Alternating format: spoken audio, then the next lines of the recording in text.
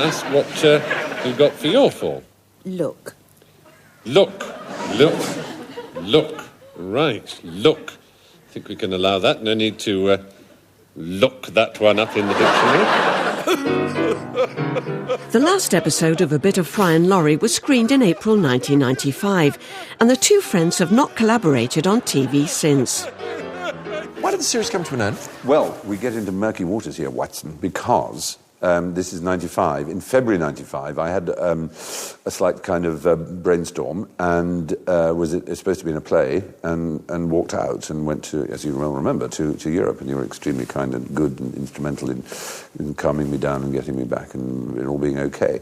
But that had coincided with the play, with Fry and Laurie being aired, and so I had a sort of bit of life reordering to do, I suppose you could say.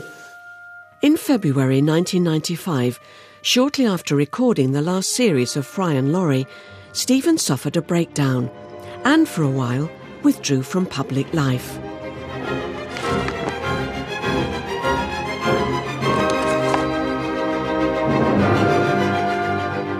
But in 1997, Stephen made a triumphant return with his lead role in the film Wild.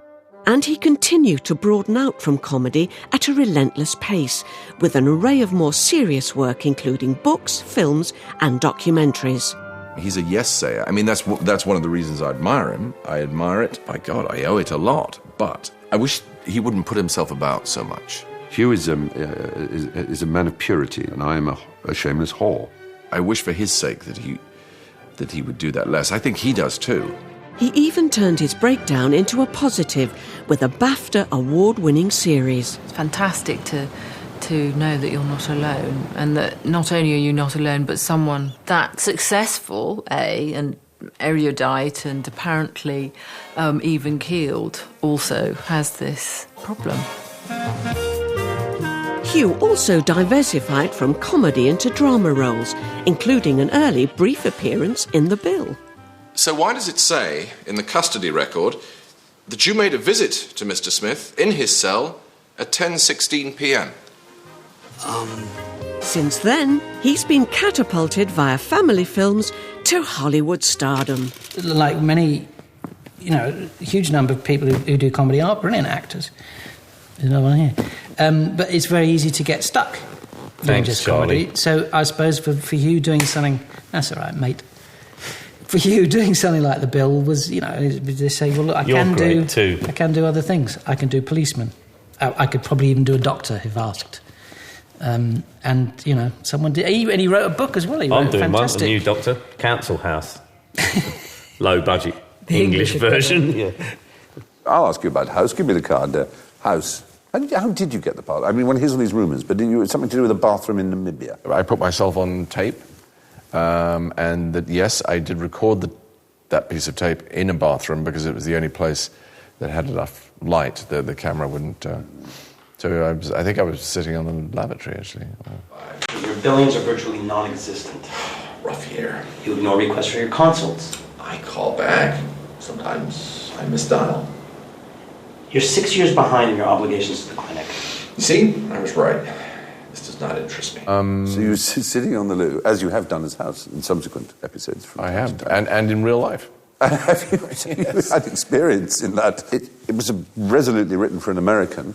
Yeah. And you were resolutely not American. So, I mean, now it seems to be quite commonplace for British actors to get cast in American shows. The only one I could think of was Jane Seymour, I think. Oh, yes, Dr. Quinn, yeah. Yes, so I sort of, in so many areas of my life, you are myself. Jane Seymour. Yeah. I can still fire you if you're not doing your job. I'm here from 9 to 5. Your billings are practically non-existent. Rough year. You ignore requests for consults. I call back. Sometimes I miss dial. You're 6 years behind on your obligation to this clinic. I was right. This doesn't interest me. I think I'm right in saying, I've read it several times, but it doesn't mean it's right, that it is the most successful television show in the world. I love the shows, and you are astonishing in it. But it's given you a level of international fame that is quite beyond anything you'd ever had before. And oddly enough, as I say, less here. If you were in Madrid or Paris, you'd be in trouble. You'd need security. Yeah, a little bit. Yes, really? That's very odd. It is, isn't it? Yeah. told you, and finished, done away with at last. Period, no more, full stop, the end, full period. I think he really did want to be, Clint Eastwood. And now he kind of is. They've both grown into the figures they were parodying. I mean, Stephen into the sort of tweedy schoolmaster, a QI. I've read it, Terry. I can't pretend to be much of a judge of poetry. I'm an English teacher, not a homosexual. But, And Hugh into the kind of cool leading man. They've done well, haven't they, these two guys? Damn it, John, I do believe you're scared. You're damn right I'm scared. As their former headmaster, I'm very, very pleased with the progress the boys have made. I mean, they were very nice young men, and now they're very nice elderly men. I can see their influence everywhere. They are the alpha and omega of the whole thing. I don't know what their plans are, with those two. Anything could happen, couldn't it? Anything could happen now, for either of them. We never decided not to do another Fry and Laurie, did we? The case is still open. Yeah, we'd still, whenever we talk about these things, we say we'd still want to work together and do things. In fact, would this be a good time to announce that we're going to leave you with tonight's cocktail recipe, a slow snog with a distant relative. For this, you'll need 3 measures brandy, 2 of dark rum, 1 of white gin, 1 of yellow, a spoonful of crushed sugar puffs, 2 hard-boiled eggs, and an open-toed sandal. Size 9 if you can get it. Every man, woman and child in the British Isles should be very proud of these great heroes that we've created. Look, they were on telly once, they were funny, all right? That's it. And so, as we come to the close of a very special reunion, look what I brought along. There remains one final pleasure to perform together. A reprise of their classic end-of-show party piece. Well, Macaulay. The years just fall away. Don't they just? And our cocktail tonight is a Fry and Laurie 30th anniversary special. Oh, God. It's just a handful of nostalgia. A little bit of rueful self-deprecation. A hint of senility. Not too much. Just enough. And lashings of laughs.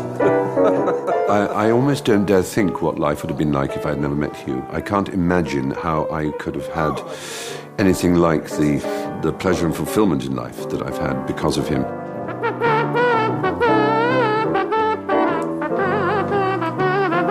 Oh, he's not lost it. Right at the beginning, wherever that meeting took place, we made each other laugh. He has lost it. I lost it. Oh, dear. They don't make cocktail shakers like they used to. And we continue to do that to this day.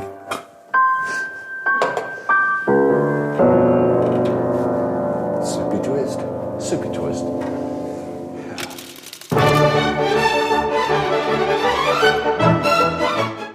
And if you just can't get enough of them, then you can watch exclusive interview clips of Stephen Fry and Hugh Laurie on our website, golaughdaily.co.uk.